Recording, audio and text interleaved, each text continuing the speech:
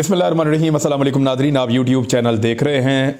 मैं इमरान खान हूँ। ख़बरें बहुत सारी हैं और सबसे पहले तो एक मिस रिपोर्ट हुआ है। इमरान खान साहब ने सहाफ़ियों से मुलाकात की और उसमें कुछ प्राइवेट मीडिया ने यह रिपोर्ट किया कि इमरान खान साहब ने कहा कि उनको इलेक्शन नज़र नहीं आ रहे। खबर मैं आपके सामने रख देता हूँ। अभी मुझे इलेक्शन होते नज़र नहीं आ रहे, इमरान खान साहब ने यह कहा है।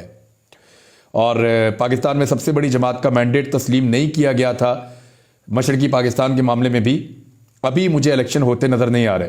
मैंने दो सहाफ़ियों से बात की और वहाँ पे एक पॉलिटिकल लीडर भी मौजूद थे, उनसे भी बात की और मैंने उन सबसे पूछा कि आप लोग वहाँ पे थे, क्या वाकई ऐसी कोई बात हुई? तो उन्होंने कहा नहीं जी, ये बददयानती है, ऐसी कोई बात नहीं हुई। हाँ, इमरान खान साहब ने यह ज़रूर कहा कि जो इलेक्शन का फैसला है वो एस्टेब्लिशमेंट ही नहीं कर पा रही और ये तो कभी नहीं चाहेंगे कि इलेक्शन के अंदर जाए। इस वक्त उनको शिकस्त नजर आ रही है। फिर इमरान खान साहब से जब यह पूछा गया कि मुल्क में जो दहशतगर्दी बढ़ रही है उसका इल्जाम आपके ऊपर, आपकी जमात के ऊपर लगाया जा रहा है, तो उस पर इमरान खान साहब ने कहा कि हमने तो अमेरिका को इनखला में मदद की थी और हम तो इस खित्ते के अंदर अमन लेकर आ रहे थे, लेकिन जिस वक्त जरूरी इकदाम करने थे तो जिन्होंने वो इकदाम करने थे वो हमारे खिलाफ केसेस बना रहे थे और चीजें कर रहे थे। तो तवज्जो हटने की वजह से ये मामला हो रहे हैं। और ये जो हुकूमत है इस वक्त, इनकी तो ये तवज्जो ही नहीं है अफगानिस्तान की तरफ, सेंट्रल एशिया की तरफ, रशिया और चाइना की तरफ, इस तरफ तो ये तवज्जो नहीं देते। ये तो भाग भाग के जाते हैं यूरोप में और अमेरिका में। जाना चाहिए, ज़रूर जाना चाहिए, वहाँ ताल्लुकात रखने चाहिए, लेकिन इस खित्ते को जहाँ पे आप रहते हैं उसको नज़रअंदाज नहीं करना चाहिए। जहाँ आपके लिए ज़्यादा अपॉर्चुनिटीज़ हैं, अपने लोगों के लिए यहाँ पे ज़्यादा मौके आप पैदा कर सकते हैं। इमरान खान साहब ने कहा मईशत की जो सूरत हाल है इसमें जब हम असम्बलियाँ तहलील करेंगे तो कोई और रास्ता नहीं होगा इंतखाबात करवाने के अलावा। पूरे पाकिस्तान में एक साथ इंतखाबात होने चाहिए, साफ और शफाफ इंतखाबात होने चाहिए। यहां टेक्नोक्रेट हुकूमतें बनाने की बात की जा रही है, ये इमरान खान साहब ने भी कहा। इस पे फवाद चौधरी साहब ने भी बात की है। ये टेक्नोक्रेट हुकूमत है क्या, जरा इसको आप समझ लें थोड़ा सा। और इमरान खान साहब वैसे अब इस्लामाबाद जा रहे हैं चंद दिनों में और वो अपनी सरगर्मियां अब इस्लामाबाद से बनी गाला से शुरू करेंगे। वहां पे अपनी पार्टी को मुतारिक करेंगे। यानी एक ही 27 किलोमीटर जो है वो वफाकी हुकूमत के पास है और वो बार बार धमकियां लगाते हैं। तो इमरान खान साहब अब जा रहे हैं बनी गाला, लगभग एक हफ्ते के अंदर अंदर वो शिफ्ट हो जाएंगे और फिर वहां से वो अपनी पॉलिटिकल एक्टिविटीज को दोबारा शुरू करेंगे 2 हफ्ते के आराम के बाद। गालिबन जनवरी के मिड में या जनवरी के इख्तिताम तक इमरान खान साहब का जख्म पूरी तरह ठीक हो जाएंगे और फिर वो चलना फिरना भी शुरू कर देंगे और फिर पॉलिटिकल एक्टिविटीज का आगाज हो जाएगा। यही वो वक्त है जब इमरान खान साहब चाहते हैं कि इलेक्शन कैंपेन जो है वो पूरी स्विंग पे आ जाए और फिर मैदान के अंदर मुकाबला हो।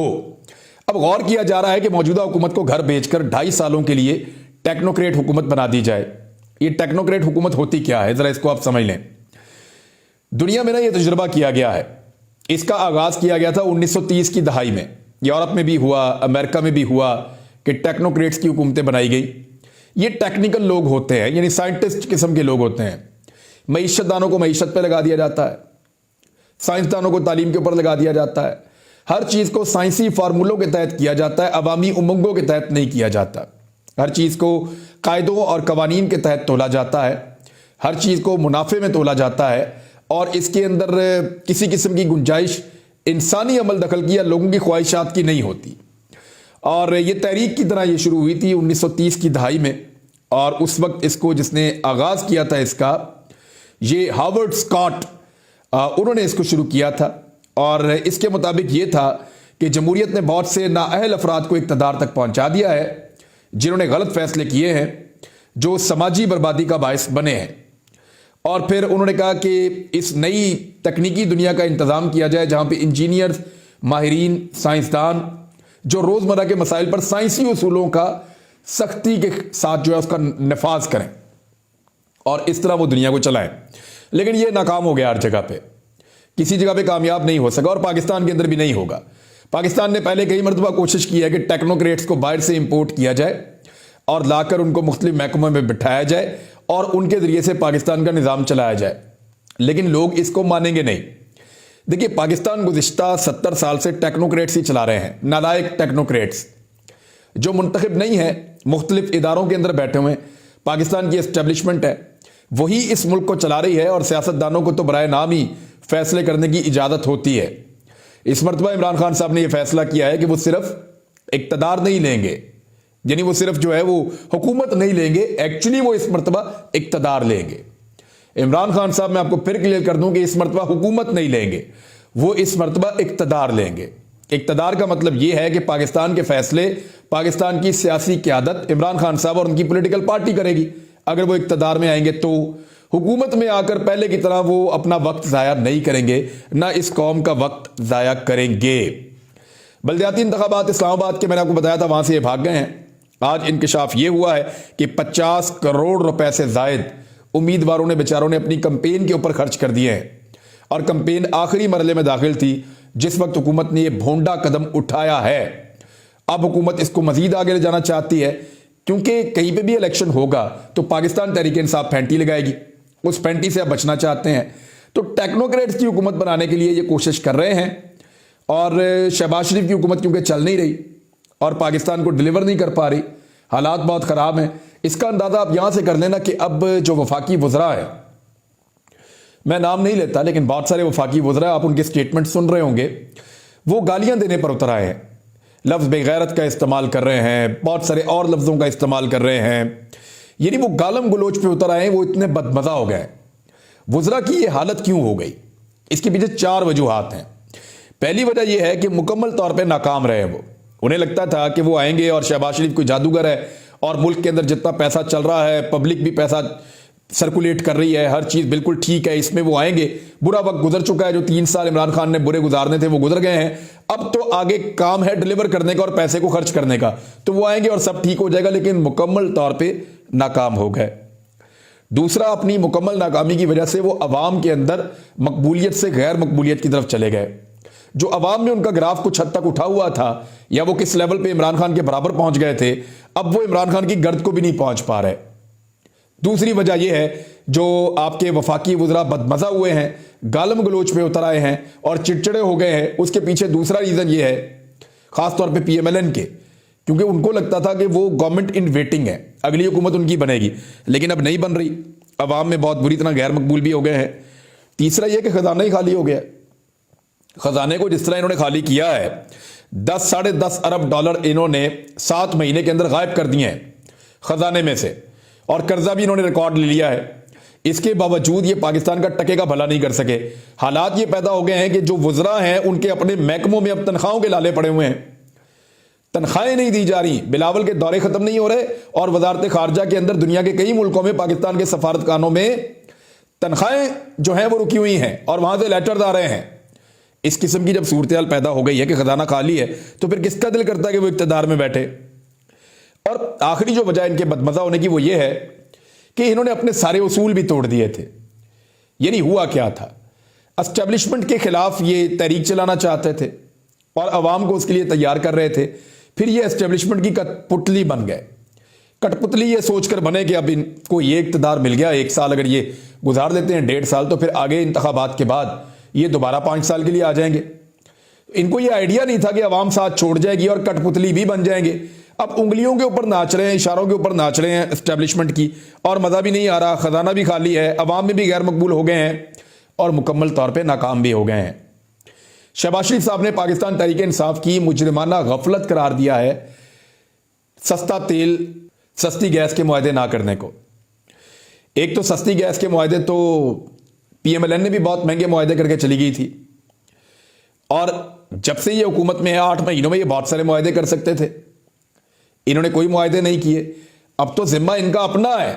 इमरान खान साहब अगर करते तो अगले चंद महीने की परचेजिंग कर लेते, वो पूरे साल की तो ना करते।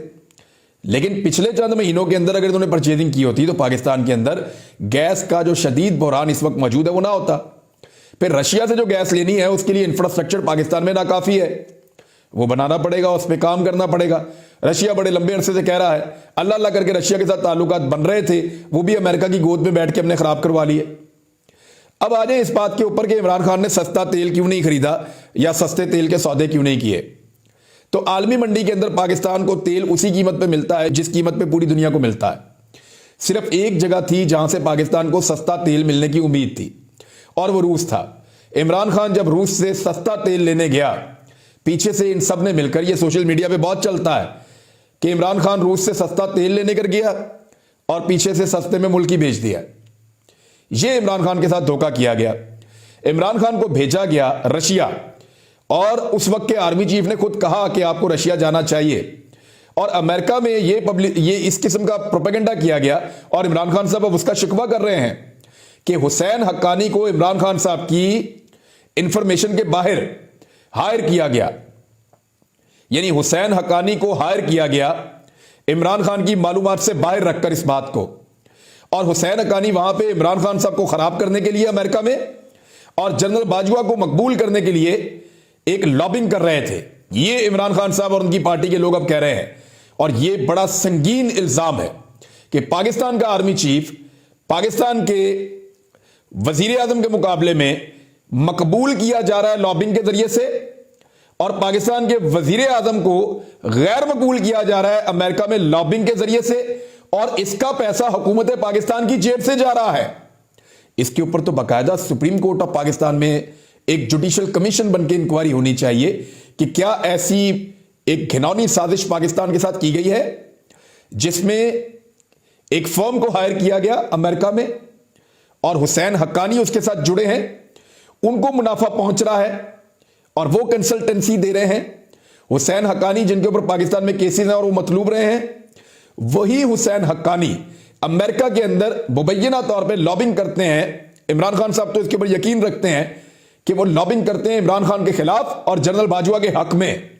ये बड़ा सीरियस इशू है और इस इशू के ऊपर तो, और अब मुझे अच्छी तरह याद है कि इमरान खान साहब ने कहा और पॉलिसी बनाई कि हमने रूस की और यूक्रेन की लड़ाई में रूस की मजम्मत नहीं करनी। तो उस वक्त जो है वो जनरल कमर जावेद बाजवा ने मजम्मत कर दी थी कौमी पॉलिसी की खिलाफ वर्जी करते हुए। इसके ऊपर दुनिया के किसी और मुल्क में कोई आर्मी चीफ ऐसे करता तो उसका कोर्ट मार्शल हो जाता, ये इमरान खान साहब ने कहा था। अब आ जाए, पहली मरतबा सर्दियों में लोड शेडिंग हो रही है। इस किस्म की हमने कारकर्दगी आज तक नहीं देखी। लोड शेडिंग सर्दियों में छोटी मोटी तो होती थी थोड़ी बहुत, लेकिन इतने बड़े पैमाने पर लोड शेडिंग और इतनी ज्यादा लोड शेडिंग हमने कभी सर्दियों में होती हुई नहीं देखी जितनी बड़ी लोड शेडिंग इस वक्त सर्दियों में हो रही है पाकिस्तान में। और जो शॉर्टफॉल है वो रिकॉर्ड शॉर्टफॉल है। पाकिस्तान बिजली पैदा ही नहीं कर पा रहा और जो बिजली पैदा कर रहा है वो इतनी महंगी है कि लोग उसको खरीद नहीं सकेंगे। तो लगातार लंबी लंबी लोड शेडिंग इस वक्त की जा रही है। उधर पाकिस्तान तहरीक इंसाफ के लोग जो है वो इस्तीफे देना चाहते हैं। एक और खबर आ रही है, मैं अगले वीलॉग में आपको कंफर्म कर दूंगा कि मोनिस अलाई और उनके भाई पाकिस्तान से बाहर गए हैं, लेकिन यह पता चल रहा है कि वो जल्दी वापस आ जाएंगे। और 2 तारीख से पाकिस्तान तहरीक इंसाफ जो है वो अपने लोगों को इकट्ठा करेगी। इमरान खान साहब ने कह दिया कि पाकिस्तान तहरीक इंसाफ के पूरे 178 वोट मौजूद होने चाहिए जब परवेज इलाही साहब एतमाद का वोट ले रहे हों, और उसमें 10 वोट काफ लीग के भी मौजूद होंगे तो 188 पूरे हो जाएंगे। पीटीआई के अगर 178 मौजूद हो तो फिर जो काफ लीग है उसको अपने बंदे गायब करने पड़ेंगे अगर परवेज इलाही ने धोखा देना है तो, और अगर परवेज इलाही ने धोखा नहीं देना तो फिर परवेज इलाही अपने बंदे पूरे करके एतमाद का वोट हासिल करेंगे और उसके बाद असेंबलियां तहलील कर देंगे। तो सर्दियों में जो है वो पहली मरतबा इतने बड़े पैमाने पर लोड शेडिंग हो रही है और बिल भी बहुत ज्यादा आ रहे हैं। ये भी सारी की सारी जिम्मेदारी इस इंपोर्टेड हुकूमत की है। और शहबाज शरीफ साहब ने जो बड़े बड़े जो पावर प्रोजेक्ट प्लांट जो हैं, जो जिनको आईपीपीज हम कहते हैं, जिनको यहां लेकर आए थे और उनसे इतनी महंगी बिजली बनाई थी कि अब उनको पूरी कैपेसिटी पे चलाते हैं तो भी आपको बहुत महंगे पड़ते हैं, आप उनको बंद रखते हैं तो फिर भी आपको पैसा देना पड़ता है। तो ये हालत कर दी है। उधर जो आईएमएफ प्रोग्राम में ताखीर हो रही है वो पाकिस्तान के लिए मुसीबत बनती जा रही है। शहबाज शरीफ साहब ने एतराफ किया कि हर हाल में आईएमएफ के पास जाना पड़ेगा। इसहाक डार साहब ने आईएमएफ को नाराज कर दिया अपनी हरकतों से, अपने बयानात से और अपनी हरकतों से। हरकतें उनकी ये हैं कि वो डॉलर को जबरदस्ती 225 पे रोक कर रखना चाहते हैं। वो चाहते हैं कि डॉलर यहीं पे रुका रहे। अगर उन्होंने डॉलर को छोड़ा और जबरदस्ती उसके ऊपर से कंट्रोल हटाया तो ये डॉलर 255 रुपए का चला जाएगा और सारे रिकॉर्ड टूट जाएंगे। इसहाक डार का और पीएमएलएन का धड़न तख्ता हो जाएगा। पूरे पाकिस्तान में लोग इनको थू थू करेंगे कि जनाब आप तो आए थे डॉलर की कीमत कम करने के लिए। तो एक तो यहां पे डार साहब जिद कर रहे हैं, दूसरा डार साहब ने अजीबोगरीब आदादोशुमार जमा करवा दिए हैं। तो आईएमएफ बात को मान नहीं रहा और जो आपके एनर्जी के अखराज आते हैं वो बहुत ज्यादा बढ़ते चले जा रहे हैं। वहां पे भी डार साहब मैनेज नहीं कर पा रहे। तो इसकी वजह से आईएमएफ के साथ डील ताखीर का शिकार हो रही है। कुछ लोग कहते हैं कि वो निगरान हुकूमत के साथ बातचीत करेंगे, लेकिन इस सारे का इंपैक्ट पता क्या आ रहा है? कि KSE 100 इंडेक्स में 523 पॉइंट्स की मजीद कमी हो गई है। यह बदतरीन साल है स्टॉक एक्सचेंज में, जो लोगों के अरबों रुपए डूब रहे हैं। बहुत बड़े पैमाने पर लोगों का सरमाया डूब रहा है स्टॉक एक्सचेंज के अंदर। और यही स्टॉक एक्सचेंज है, जब ये हुकूमत बनी थी तो उसके बारे में उस वक्त के DG ISPR ने कहा था स्टॉक एक्सचेंज जो है वो ऊपर गई है। वो 1 2 4 दिन तो आप मैनेज कर सकते हैं एक प्रेस कॉन्फ्रेंस के लिए, लेकिन आप इन चीजों को परमानेंटली मैनेज नहीं कर सकते। इकोनॉमी को डिप लगा के रख दिया है, तबाह करके रख दिया है इस तजुर्बे ने। उधर जो स्पीकर कौमी असेंबली है, उन्होंने कह दिया जी PTI का रुकन एक एक करके आए, यानी वो रोजाना एक एक से करके मिलेंगे और एक एक करके इस्तीफा मंजूर करेंगे। और अगर इस तरह वो इस्तीफे मंजूर करते हैं तो 4 महीने तक वो इस्तीफे मंजूर करते करते गुजार सकते हैं। यानी किस किस्म की भोंडी हरकतें कर रहे हैं कि कोई एक पॉलिटिकल पार्टी चाहे कि उसके 125 बंदे इस्तीफा दे दें तो उनको 4 महीने लग जाएंगे अपने बंदे क्लियर करते करते भी, कि जी मैं रोज एक बंदे को मिलूंगा।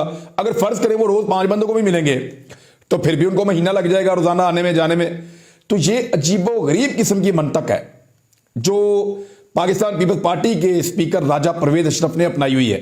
और वो हर हाल में कोशिश कर रहे हैं कि पाकिस्तान तहरीक इंसाफ के लोगों के इस्तीफे मंजूर ना किए जाएं और इस मुल्क को एक इलेक्शन की जगह किसी भी सिमत ले जाना चाहते हैं ले जाएं।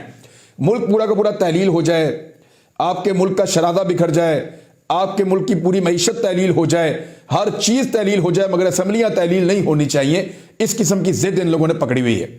कुछ और बातें अगले व्लॉग में करते हैं। अब तक के लिए इतने, अपना ख्याल रखिएगा, अपने चैनल का भी। अल्लाह हाफिज।